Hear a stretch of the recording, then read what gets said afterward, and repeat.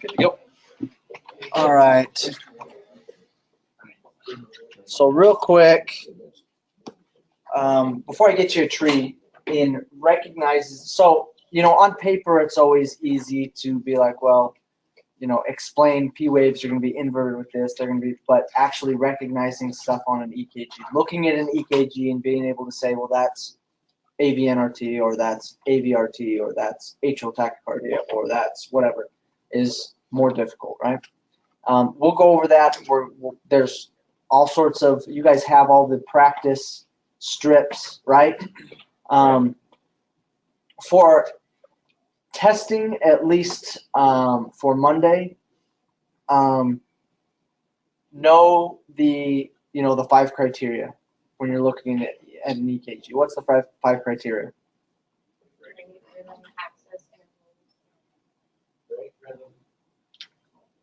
So as you're going through, like all of the EKGs that we've been going through and all the slides that we've been going through, we describe what? So there's rate, there's, so yeah, you're identifying the PRI, right?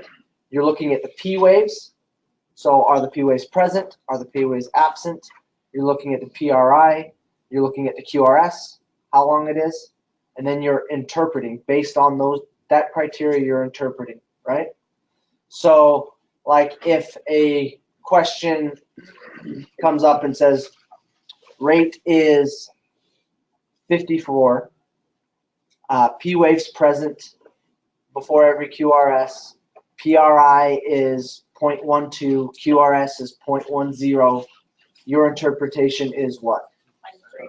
Sinus bradycardia. Good.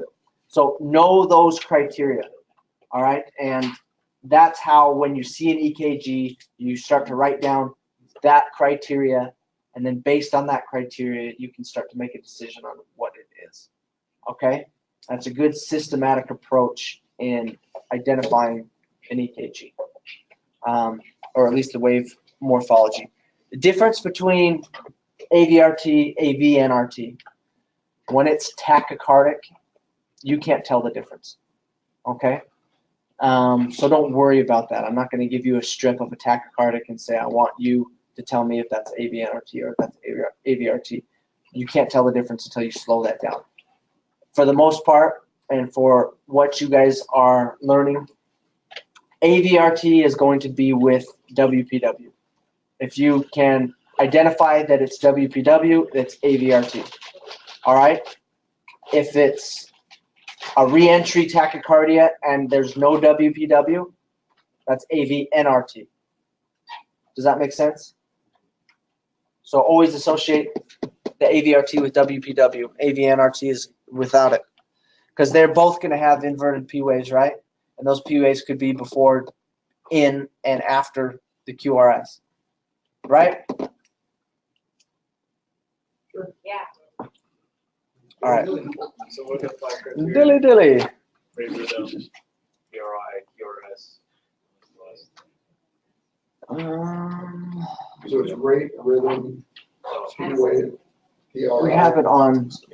I can go back to those slides. Am I missing one?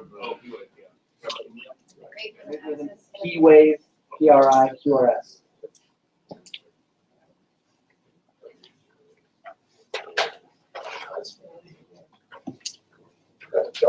And when you're identifying rhythm, what are you identifying?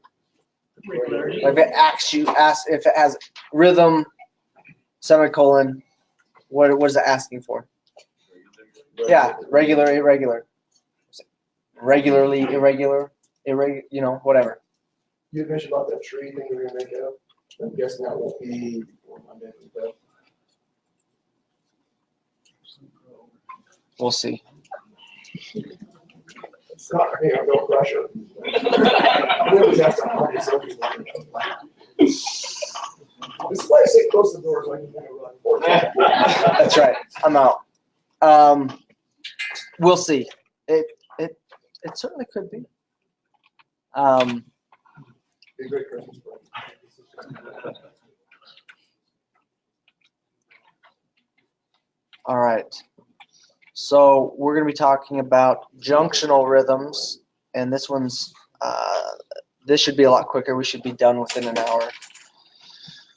But you guys know about the AV node. Where is it? In your heart. And you can kind of see it's above the junction, right? It's in the atrium, right atrium. It delays the electrical impulse. Why does it delay the electrical impulse from the SA node?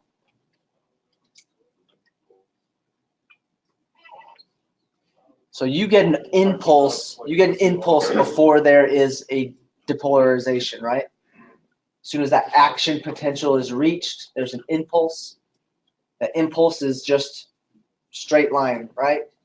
And then the depolarization is the waveform. So what is the ST segment? That straight line, what is the ST segment?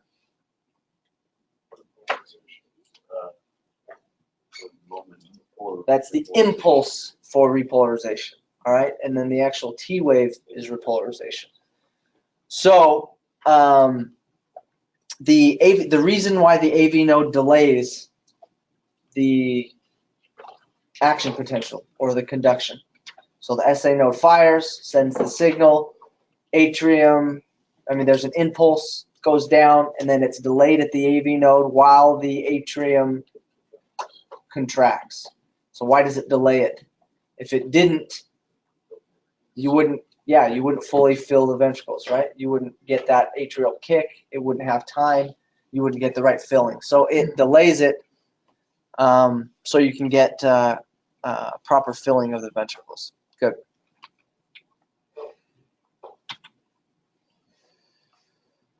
All right, connects to the bundle branches. We know that. It's pacemaker. I want you guys to know the pacing rate for the different aspects of the conduction system. All right, and just kind of memorize the conduction system on like a blank piece of paper. Practice drawing it out where, draw out the chambers of the heart where the conduction system is going down. That'll be important, I promise. Yeah, Gary likes you to draw diagrams. Diagram the conduction system. So, is the bundle of his connected right to the AV node? Yeah. Okay, and then the bundle of His is what's actually going through the divide between the atria and the ventricles. All right. So the AV junction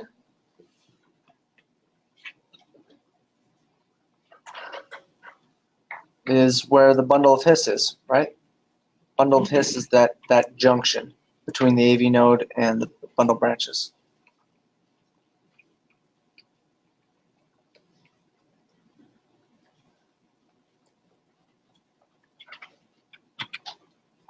All right. So AV junction resumes the automaticity when what?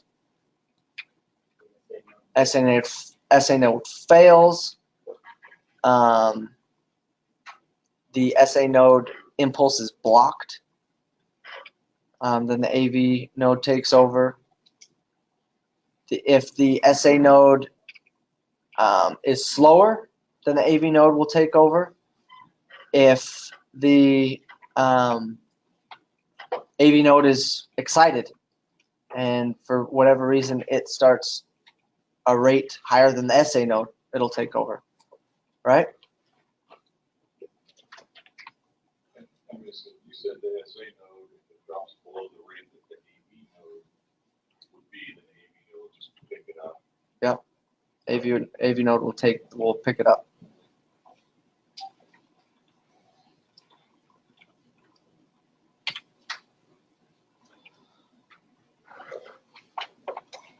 So if the AV junction picks up the rate and the impulse comes from the AV node, what happens to your P wave?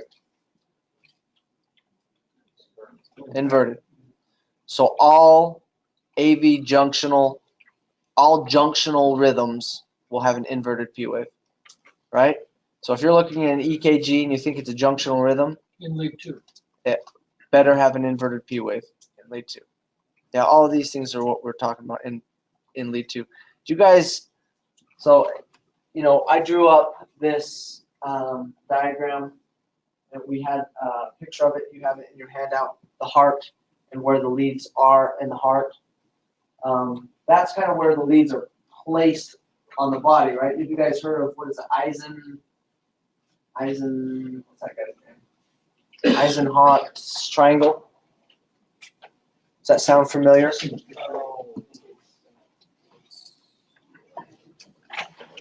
It's where it shows the either positive or negative impulses in a certain direction, and that which gives you a positive or negative deflection. Eindhoven. Is there a T in there? Yeah. Eindhoven's triangle. That's going to be important.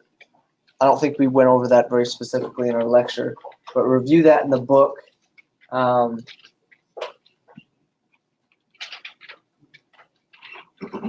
We went over the electrophysiology a little bit quicker, and we went over I didn't specifically go over the Eisenhoven, but know that triangle and what it represents.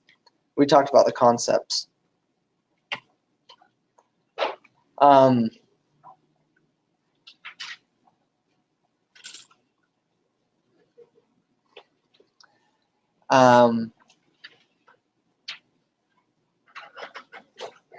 So with any kind of AV junction, P wave, depending on how quick the conduction is, it can be before, during, or after. And you see kind of those examples. A is just normal with no junctional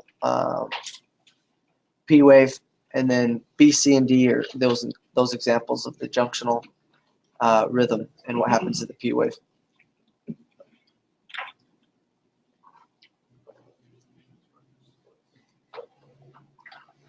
So a PJC, we talked about PACs, we haven't talked about PVC yet, but PAC, premature atrial contraction, what's that?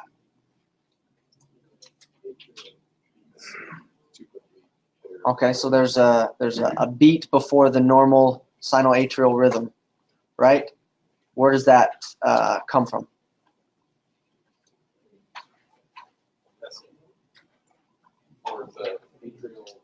Comes from excited pacemaker cells, other than the SA node, right? That's why the P wave's different. Okay, so a premature junctional complex, where does that come from? It's junctional. The AV node? Yeah, so the SA node can be whipping out all these sinus complexes, and then all of a sudden there's a premature junctional complex. How can you tell the difference between a PAC and a PJC? PJC, because the P wave looks different than a normal P wave in both of them, right? But the P wave in a PAC is upright. PJC should have a PJC, regular inverted P wave, inverted P wave. but always before the QRS, correct? Yeah, for a PJC. Yep. Why wouldn't it be during the QRS and PJC? Wouldn't it kind of, it almost seems to make sense that if you have electrical impulse going through the ventricles, that those contract before it goes through the muscles to contract the. Is it always occur before the ventricular contraction? No, it's For a for PJC. Yeah. Before, during, before, after. Yeah. Well, that's junctional beats can happen before, during, or after, but a PJC is before the complex.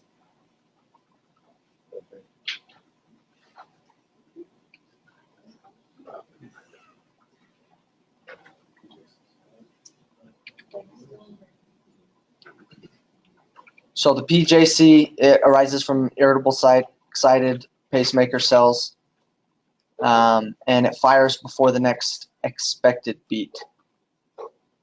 QRS is usually fine because there's still conduction down through the conduction system normally. And often there's that non-compensatory pause, right? Just like with the PAC.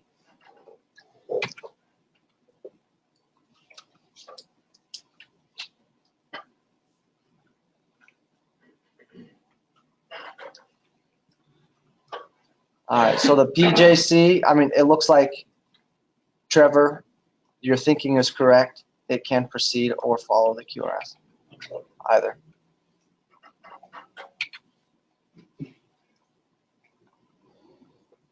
Is that an Air 5? It's an Air 5. He doesn't want I me don't to. have time for Air 5s. So PJC, just like the PAC, it's not a full rhythm, right? It's just a single intermittent beat. So it can happen before or after, but not during For what the? the PJC. Yeah, it could still be during. During. Yeah.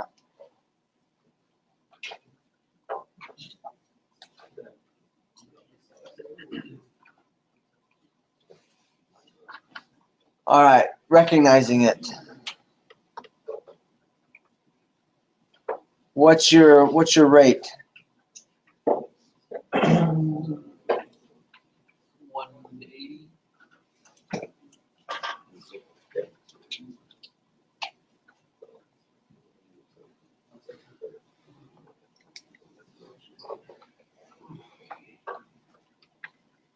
All right, so your rhythm, can you tell that it's regular? I mean, at first glance, unless you really looked at it hard, it would just look irregular, right?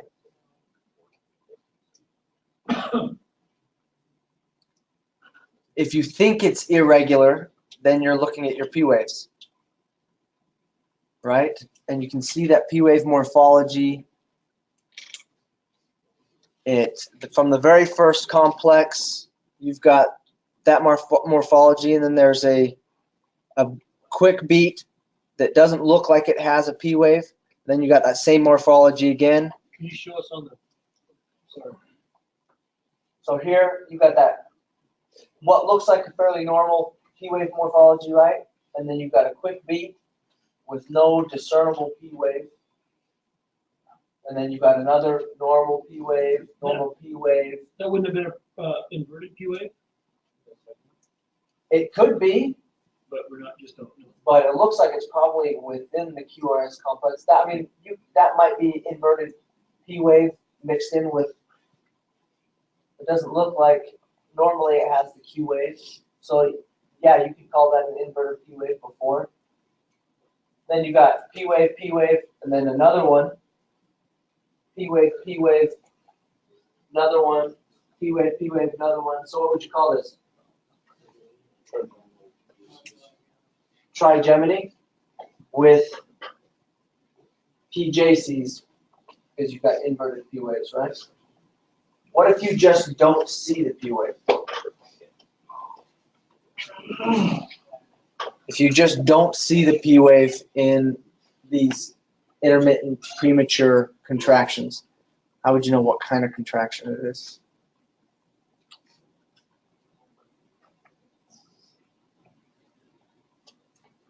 If you don't see a P wave at all, it's got to be a PJC, right? Because a PAC, you're going to see a P wave. Couldn't that be a PAC if it just depends where it's firing and sending that signal away from us? What do you mean? Well, PAC is not going to be inverted, right? if we see depolarization going away from our lead, we'd have an inverted P wave. Why would you have depolarization going away from the lead in the If PAC? we had an excited cell close to our AV node, and it's sending a depolarization back towards the SA node. Put your little wire on that. It'll flatten, it'll get smaller, but it's not going to invert Okay. because it's still going towards the AV node, where the AV node is going out from the AV node.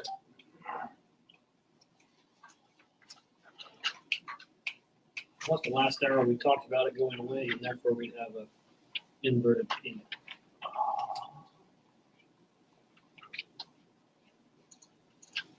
with the PAC? I thought so, but we can go on. All right, check it out. You can come talk to me Okay. later. So you guys were able to identify all those PJCs, right? In that trigeminy type rhythm. So these are the rate rhythm, P waves, PR interval, QRS. That's your 5 criteria in interpreting an EKG. And then what's your interpretation?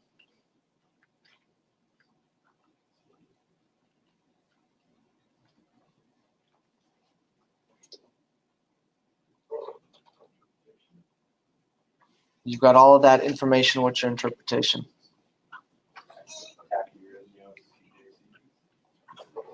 Okay.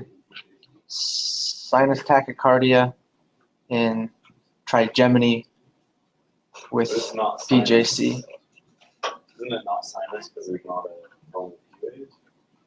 Well, in your regular beats, you've got normal P waves. Oh. It's just that every third beat is a Nice. PJC, right? You've got premature complexes.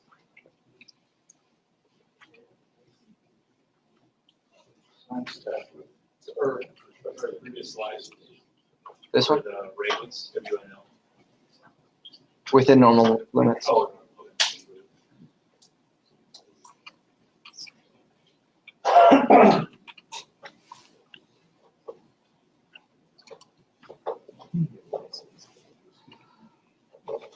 All right. What causes it? You guys know what causes all of this stuff. Most of the time they're asymptomatic until they become more frequent. Stimulants, we always talk about digitoxicity can stimulate these things. And of course, if you've got something that's causing it, don't take it anymore. Okay, junctional escape beats, different than a PJC. So they originate in the AV junction. They appear late. An escape beat is preventing cardiac standstill. So when do you think your heart is going to throw in an escape, a junctional escape beat? So when does the AV node take over? So sinus arrest. So if the sinoatrial node isn't throwing out a beat, and you've got this period of sinus arrest, sometimes the heart will, to prevent this pause of sinus arrest, will throw out an escape beat. The AV node will be like, oh wait, we need something there. This is too long. So a junctional escape beat will kind of be in what would be a sinus arrest. If it's long enough, the heart will throw in this junctional escape beat. But that's the normal AV node picking in. Yeah. But if the AV node is kicking in, it's going to have a junctional appearance, right? From a P wave perspective. Right. So you'll know if the AV node's kicking in or if the SA node is doing it. Okay.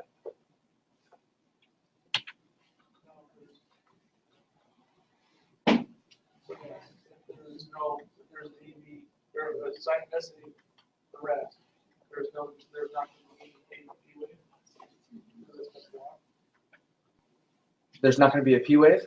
Yeah. It depends on why it's being arrested. You don't see a P wave here, at least. Not very well, because why? Where's your P wave?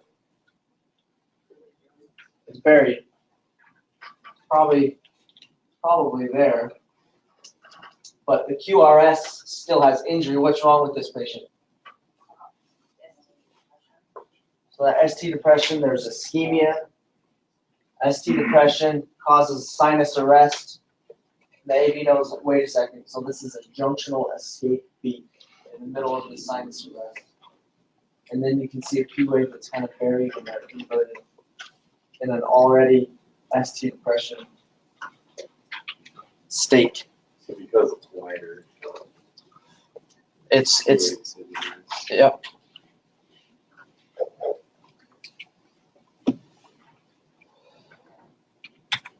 All right.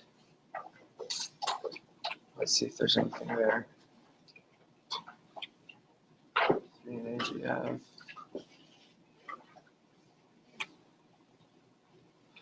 Junction, so that was a junctional escape beat. That's going to happen during sinus arrest. If there's a pause, it'll throw in a beat.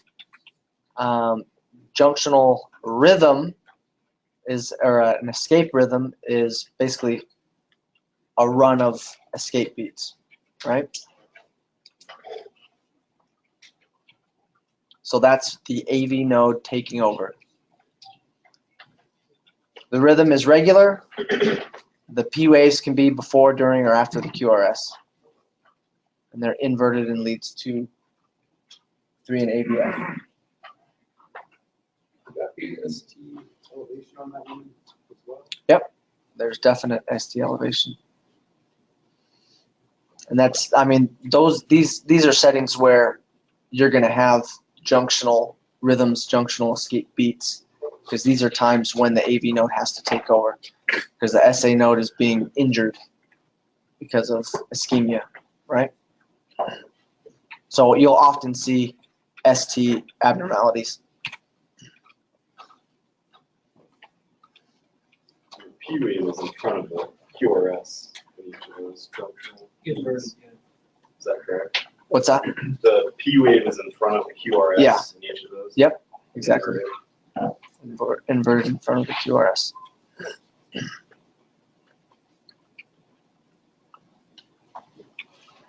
All right.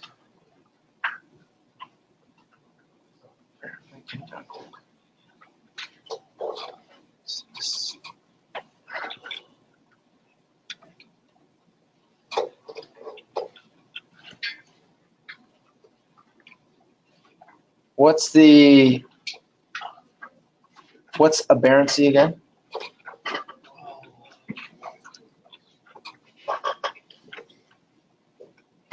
It's something that if we know, we'd really impress the doctor. And I can't even impress the present doctor. One QRS, right? Yep, it's a wide QRS with a supraventricular deficiency, right?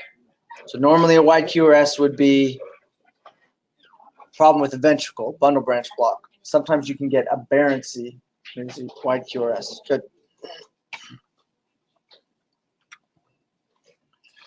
What causes it is all the same again. Do you guys know what quinidine is?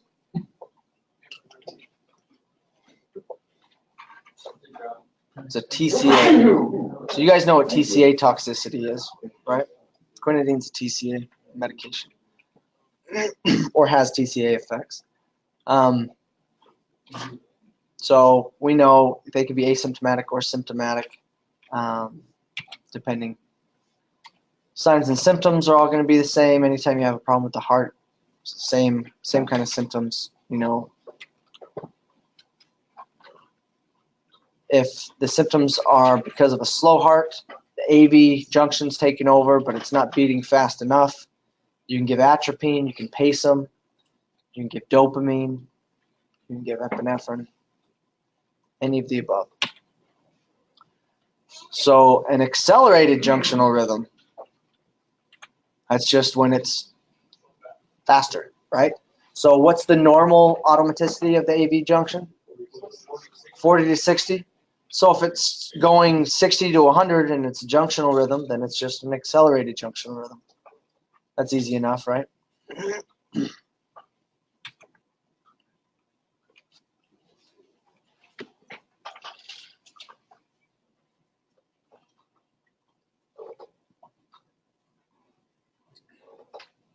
So what's our rate?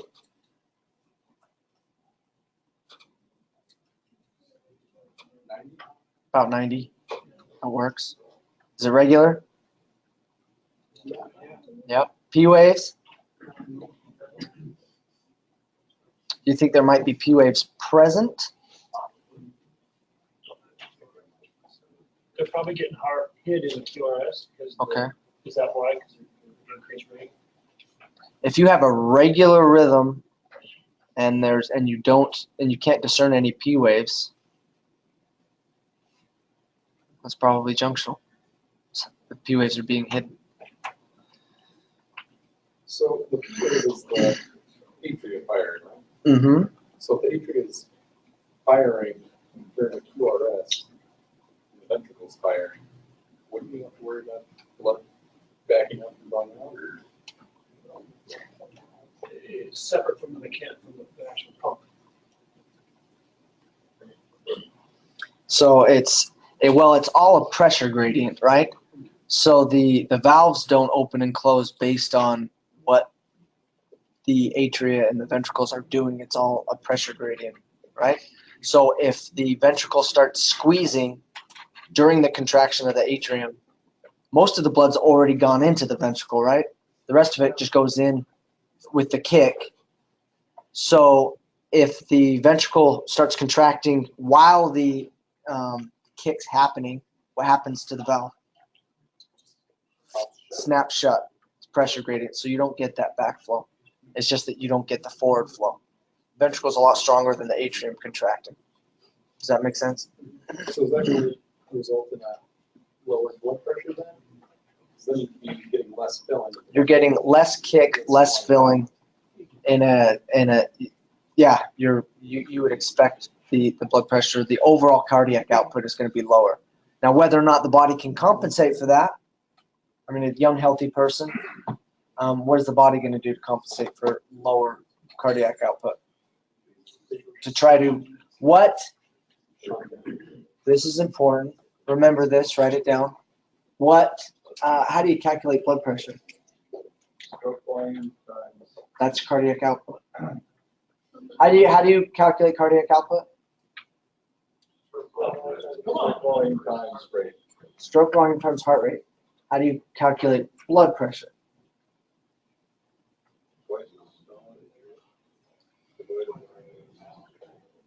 Cardiac output times peripheral vascular resistance. So that's what your blood pressure is, right? The amount of blood flow going through times however that vessel is composed. If it's constricted, dilated, if it has a disease, that all makes up the resistance, right? And that's what blood pressure is.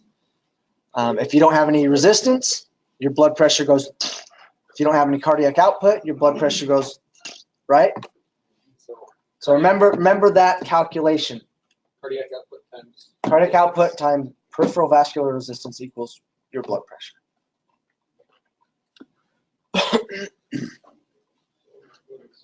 Junctional rhythm. What's wrong with that? Seems like it's fairly decent. Accelerated junctional rhythm, yeah, it could be asymptomatic. It just means that your AV node is taken over from your SA node. If it happens suddenly, that means something happened to the SA node, right? Okay. But if you're looking at this, do you see any signs of ischemia? I don't. So why the SA node gave out? I don't know. Do an echo, but it certainly requires more treatment. But it might be just completely asymptomatic. Patient might not even know. Feel a little fluttering, but other than that, nothing. So you know that that's a junctional rhythm because there's no P wave and it's regular. And because the heart rate is above 60 and below 100, it's accelerated junctional rhythm, right? My voice is giving out. So causes, all the same stuff, right? Causes are everything causes all of this stuff. So you quote me on that. Everything causes all this stuff. That's a terrible. Is that going to be the answer on the test? No. Everything causes all this stuff. You can just, if you write that down, everything causes all this stuff. Just put that by name and it in. The causes are all the same for all of these dysarrhythmias. How about that? Yeah. All of There these, is no distinction. all of these bad diseases can cause different deficiencies and dysarrhythmias on your heart. But it's good to know a few of these causes. You know, the big ones. MI, Ditch. surgery, COPD. Yeah, I don't think I'll ever take that. Yeah, Every one of these. Digitox causes everything, right? It's on every one of them. It's Digitox sucks to treat. So is it safe to say that it's just basically the severity of those that causes the? Yeah, so any of these, anything that causes excess strain on the heart. COPD causes excess strain on the heart, right? Because it's pumping against that disease. Pretty much most lung disease will cause strain on the heart if it's chronic lung disease. Surgery doesn't have the doesn't have the feedback from the body as well anymore. So that can cause these different rhythms. Of course, MI is going to cause a problem on the heart. Hypokalemia. What are the 4 major electrolytes? We're talking about hypokalemia. What are the 4 major electrolytes? Sodium, potassium, calcium, magnesium. What always follows sodium? Chloride. Magnesium could be a 5th, but when they're asking test questions and in your book, they're always going to say, what are the major 4, right? What are the major 4 electrolytes? Sodium, potassium, chloride, calcium.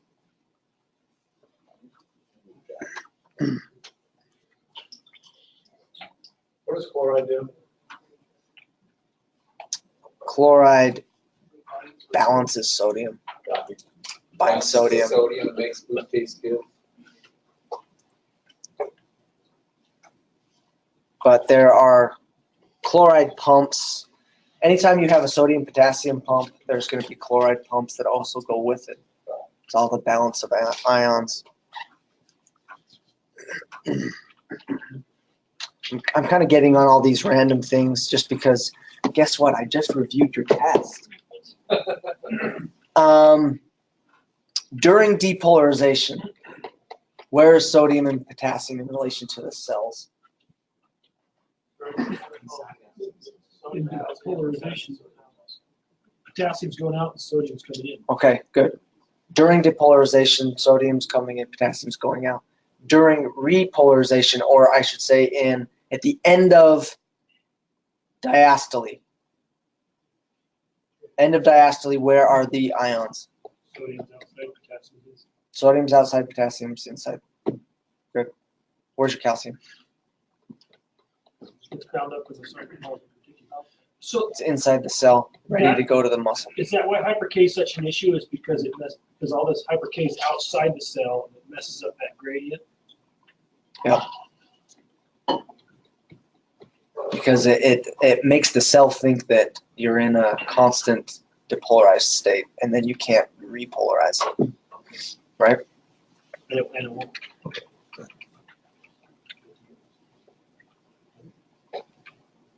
All right.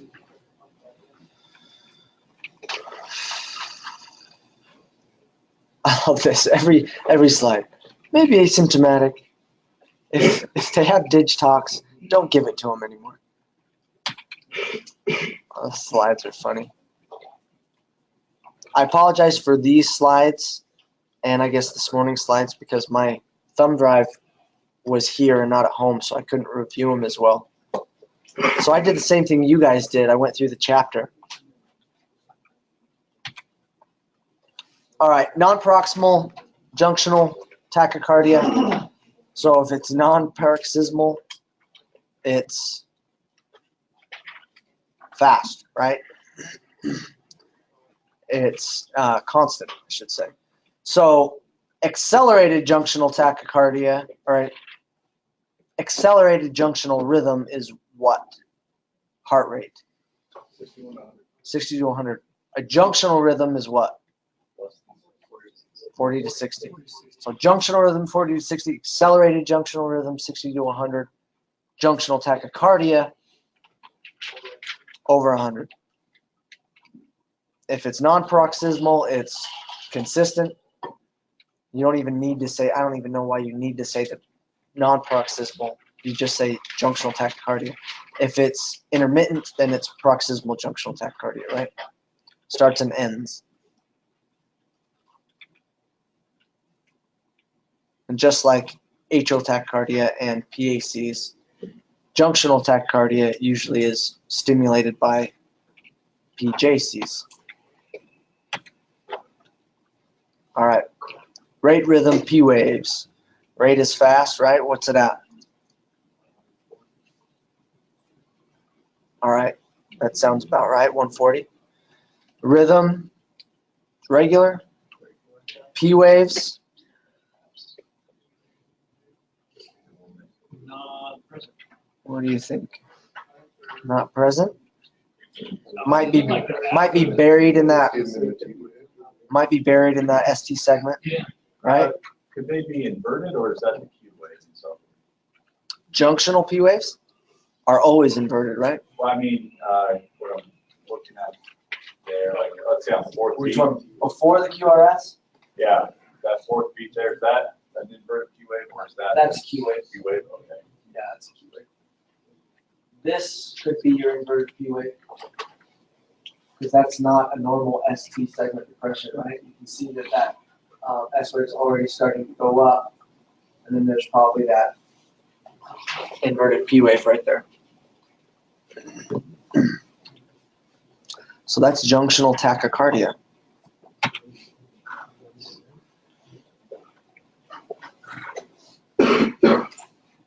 And then it's just talking about the PR intervals.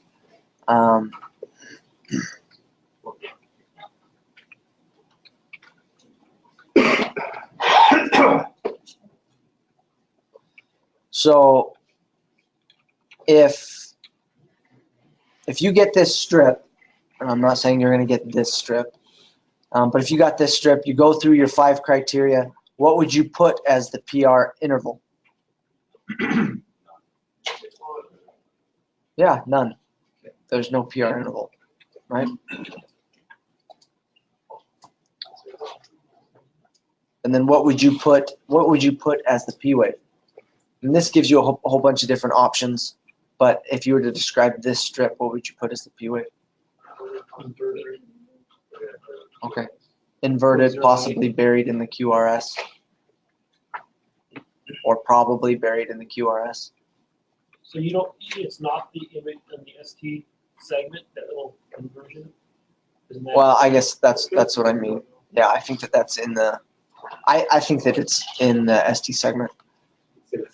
So is reading an ECG just, even if you're wrong, just be confident in it? And people are like, yeah. That's what makes doctors. Yeah, people will probably believe, yeah. Because I hear you saying, well, I think so. I'm just thinking, even if I'm wrong, I'm just going to be adamant that I know what I'm talking about. Yeah. Okay.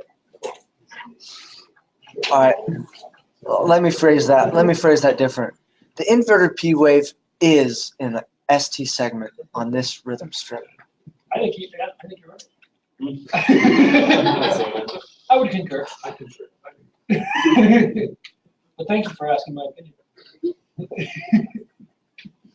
You guys will never see theophylline administration anymore. That's an old medication. So you don't need to worry about that as a cause. Yeah. I think I can remember that. Think so. Did you tell us about It's in there. clue what it means? It's not a, So if you have a patient with a heart attack and it takes out the SA node, the JV or the AV node takes over, causes a junctional rhythm. And because the heart attack messed up your pump, your blood pressure is low, then what is your AV node trying to do? Speed up, try to improve your cardiac output to recover your blood pressure. And that tachycardia is going to do what to your heart attack? Yep, it'll increase your ischemia. Good. In a patient, obviously, that increased ischemia is going to cause increased pain. The infarct will be worse. and then further go down the cycle of worsening ischemia, worsening blood pressure, and cardiogenic shock. All right. So if symptomatic, depending on how they look, the standard therapy, give them oxygen, IV access, you can give them some fluids, try some vagal maneuvers. If it's significantly tachycardic, you can certainly try some adenosine, or you can try to slow it down, and that's it. Junctional rhythms are not too bad, right? In comparison to It's a little more straightforward. supraventricular So rhythms. I was wondering, on the junctional rhythm with the first waves, because it was supposed to be a pulse. I can tell the difference between that and a re-entry. Tell the difference between a junctional rhythm. Not a rhythm, just whether it's junction. I mean, I imagine if you look at it, probably now, but when you look at just the junctional versus a re-entry, where they both can have deflected P waves, is there something about a re-entry rhythm or just the way that it presents? It's going to be obvious, but you're like, no, this is a junction. So a re-entry. So we'd be talking about, and we're not talking about PJCs. You're talking about like a junctional rhythm versus Or even just re-entry PJC. tachycardia. I mean, just anything that would look similar, because I mean, in one, we still have an atria that's working, it's just not working correctly, Mhm. and we're having the entry. And another one where it's no PJCs, but PSA just decided for whatever reason it wasn't going to do its job for itself. And you're wanting to know how you can tell the difference on the morphology. So what happens to the QRS in both of them? The re-entry changes the P wave as it goes back up, Right. but you still have a conduction. Okay. So would it be that the QRS, because it's already happening, because there's a re-entry happening, they have different, and that would have different size, different types of. Well, the QRS should be actually normal in both of them, because your conduction down through should still be okay. With a re-entry pathway, it depends. So a junctional will look very similar to an AV NRT, where it's Right. nodal, right? Because it's through the AV node. If it's not nodal, it's the QRS is going to look a little bit different. If you have an accessory pathway that's not going through the conduction system, that's going to delay your QRS impulse, right? Right. So you'd have a wider complex. Okay. And would a rhythm with PJCs or even a junctional rhythm, would that present as more regular? Yeah, a junctional rhythm is usually always regular. Okay. I was just wondering about regular. People have different people, so. Right. Okay.